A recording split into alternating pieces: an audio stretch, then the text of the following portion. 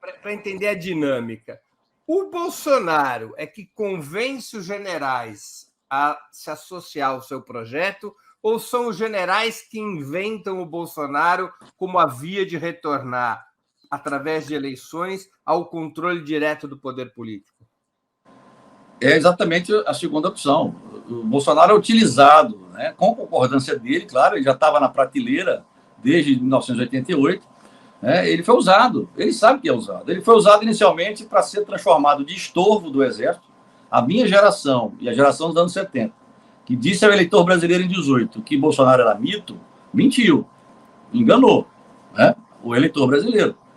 O próprio general Santos Cruz disse, e hoje apresenta-se como dissidente contra Bolsonaro só, hein? Não contra o projeto político, nem o seu próprio protagonismo político. Né? Até outro dia ele era candidato a alguma coisa pela terceira via. Né?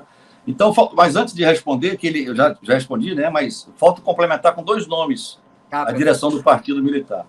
O general Vilas Boas, que foi comandante do Exército de 2015 a 2018, período que inclui a deposição da presidente Dilma pelo impeachment, na minha opinião, ilegítimo, e a própria eleição de 2018.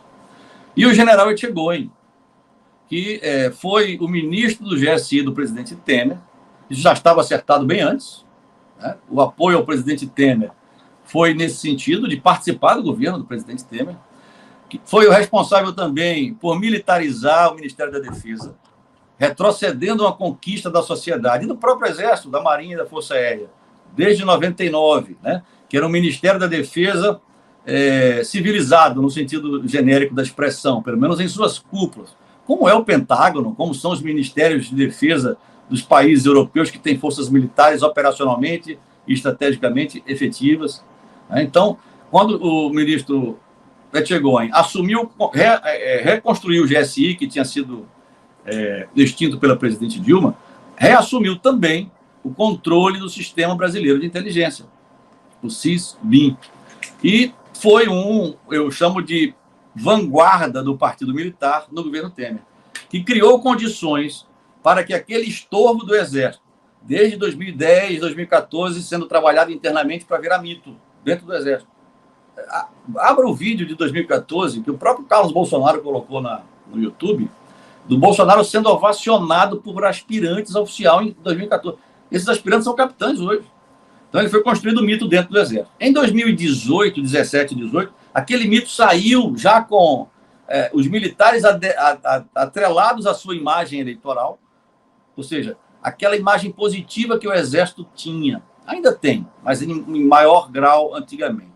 Foi colada numa candidatura, porque os militares foram vistos apoiando aquele projeto, aquela pessoa. E o Exército de 1988, quando eu saí aspirante na mão, né, praticamente execrou e proibia de entrar em quartel. Então, essa geração fez esse trabalho.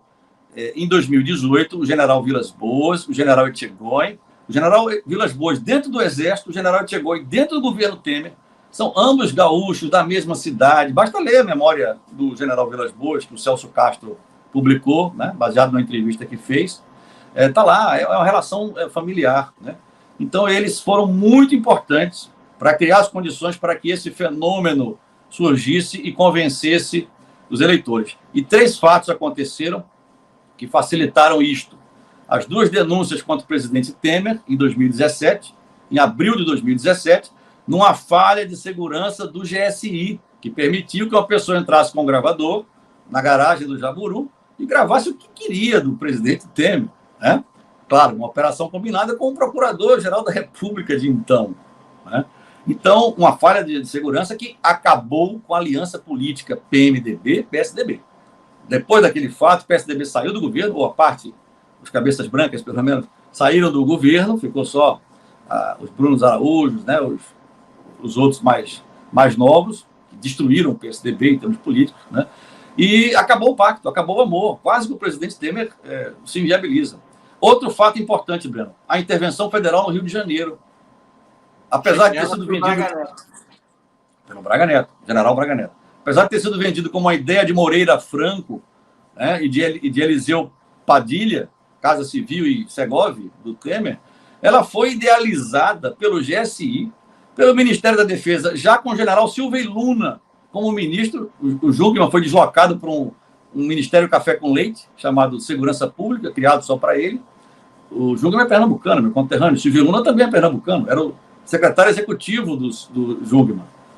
Eu estava na ativa e via o que o ministro Raul Jungmann fazia, em termos, quando ele vinha para o Recife, né? Eu servia aqui na ocasião. Então, quem mandava no Ministério da Defesa era o general Silvio Luna. Então, Ministério da Defesa, GSI e uma figura também muito importante, embora não seja o general Quatro Estrelas, general Santos Cruz, que era no Ministério da Justiça o chefe da Secretaria Nacional de Segurança Pública, o dono da Força Nacional de Segurança. Então, esses três ministérios, Defesa, GSI e Ministério da Justiça, logo após a indicação do ministro Alexandre de Moraes para o STF, né, assumiu Omar Serralho, um político relativamente fraco, já em final de carreira. O general Santos Cruz participou dessa intervenção. E o Exército foi colocado na rua do Rio de Janeiro durante todo o ano eleitoral. Por que você acha que foi eleito Witzel, Daniel Silveira, Rodrigo Amorim, Carlos Jordi, aquela onda, né, que veio do Rio de Janeiro? A população carioca estava vendo o Exército atrelado a uma candidatura que tinha a segurança pública, ou a militarização da segurança pública, como sua bandeira. E a Vila Militar, e o Rio de Janeiro é a maior guarnição militar do Brasil, tanto em termos absolutos, se juntar Marinha, Exército, Força Aérea, como em termos relativos à população local. Isso é muito poderoso. E o terceiro fator que contribuiu para o fenômeno virar mito para o brasileiro foi o lockout dos donos de transportadoras, mal chamado pelo jornalismo, pela imprensa brasileira, de greve dos caminhoneiros. Aquilo acabou com a economia, e o Temer foi muito fraco com o Henrique Meirelles, e aquela intervenção acabou com a reforma da Previdência, porque com a intervenção, a PEC da Previdência, que estava pronta depois do Carnaval para ir, e dar ao Temer um capital, com o capital, né, para a eleição, foi travada. Também para barrar a nossa Previdência, porque a Previdência dos militares, bolada pelo Meirelles, era bem draconiana, ou seja, acabava com a nossa integralidade de vencimentos na inatividade, acabava com a paridade de aumentos ativa-reserva, e não tinha tantas vantagens como a que acabou sendo aprovada em 2019, já com o ministro da Segov fazendo toma lá da cá, um general na ativa, general Ramos, de 79, que é a pessoa mais próxima, em termos pessoais, desde escola preparatória de cadetes, do capitão Bolsonaro. Então, são essas as personagens, ou os personagens mais importantes da direção deste grupo que eu chamo de partido.